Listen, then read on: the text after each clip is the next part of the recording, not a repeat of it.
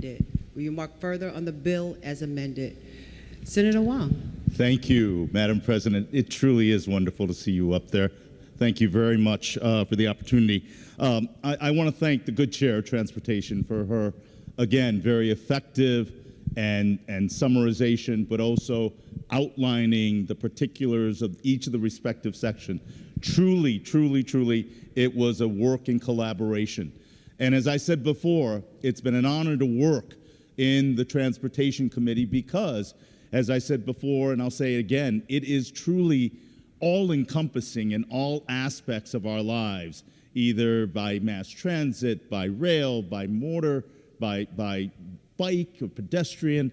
It is all-encompassing. So as we evaluated the various issues and had many public hearings and input, we heard different ideas. Is every document that we're going to offer on perfect? Absolutely not.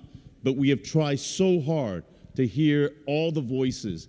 But I can honestly say that as we looked at the various sections here, there are many components, but we had public hearings or have had discussions on these issues, and people have had a chance to vet and articulate their input. Again, I'm proud of that process. I'm proud of our ability to work on a committee that impacts so many people, that not only has economic impact, but also quality of life and also ultimately safety for the people that live in this state and love this state. So I really wanted to acknowledge the committee leadership in the collaboration of this bill and the process in which it was undertaken. And so it really is an honor and privilege to work with my colleagues on this committee. Two, I want to thank the Department of Transportation. Commissioner Euclidito has been a quiet, steady, but a visionary leader in focusing on how we can create a better transit system for not only vehicles, but rail, for our airplanes, and for our pedestrians. The Vision Zero that we've articulated and focus on pedestrian, bike, and traffic safety is a main theme of all the things that we're going to articulate relative to this bill from the Department of Transportation. But it also reflects a quality of life consideration. It is what makes Connecticut so wonderful, but we want to create an environment that continually improves. And this bill aims to do that with the various sections that we offer here. And I want to be able to say that there are various sections. The good chairwoman articulated many of the sections, but I want to point out some of the contributing people with a small segment of the sections that were captured here. First and foremost, it's the section 7 through 9, Connecticut Public Transportation Council.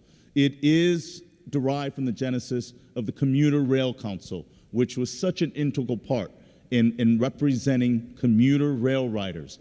But it also, through this bill's evolution, incorporated bus commuters. It incorporated more of the East Line commuters that should be brought into consideration. So it reflected the new name, but it also received approval, input from the Commuter Rail Council members. That was important for the leadership of this committee.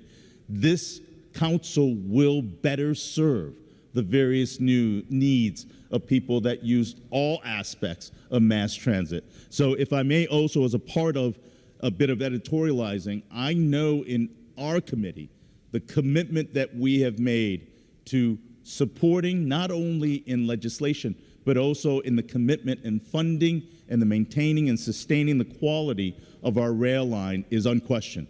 And I think it's important in these budgetary times that we make a commitment to fully financing and funding our rail commuters, because not only is it an economic engine in some respects, but it also fits the need that we have to take roads off our cars off our roads, reduce congestion and pollution. It is a critical element that we need to move forward. We need to continue to make improvements, commitment, and funding to that. So I wanted to offer that because Section 10 extends the Shoreline East study. I think it's an underutilized and under-respected and appreciated line. These are communities that are an outlet that could create more economic opportunities, allow more people to enjoy the beautiful eastern coastline and be able to commute to their business. Again, economics and quality of life. So I welcome this study. The other aspect of this bill that's important is looking at our roadways and the vegetation control. It's a study. It's to look at how our tree cutting programs may impact surrounding communities. We've had to coexist pre-existing homes and communities that are impacted by our major highways and thoroughfares. The tree cutting program is important. What we're trying to find through this study is a balance between respecting private property to maintaining the vegetation clearance that's necessary. The other part is in regards to noise barrier and decibel level. That is consistent with the quality of life concerns that we're looking at when I mention transportation-related aspects. The other issue is we are up to date in respecting some of the new phenomenons. In the past session, we talked about street takeovers, the recent phenomenon.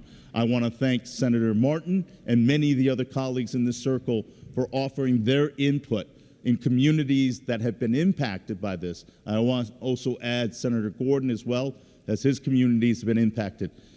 Many communities have been impacted, and I want to acknowledge the thank you of our community to be able to address this issue, because this is a quality of life issue as well as a public safety issue related to our roads.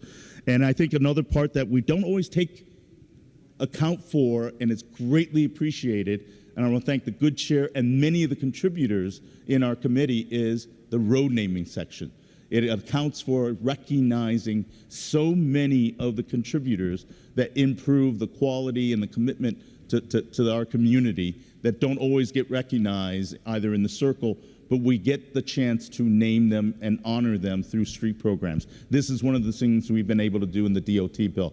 But again, I go back to the eloquent and articulate and efficient way in which the good chairwoman articulated the various sections. But most important of all, it is a bill that reflects the commitment that we have through the Department of Transportation in the various aspects that we have related to transportation safety, transportation efficiency, and transportation as a quality of life in our community. So I urge support of this bill, and I want to thank the Madam Chairwoman for her input and contributions to this. Thank you, ma'am. Thank you, sir. Will you remark further?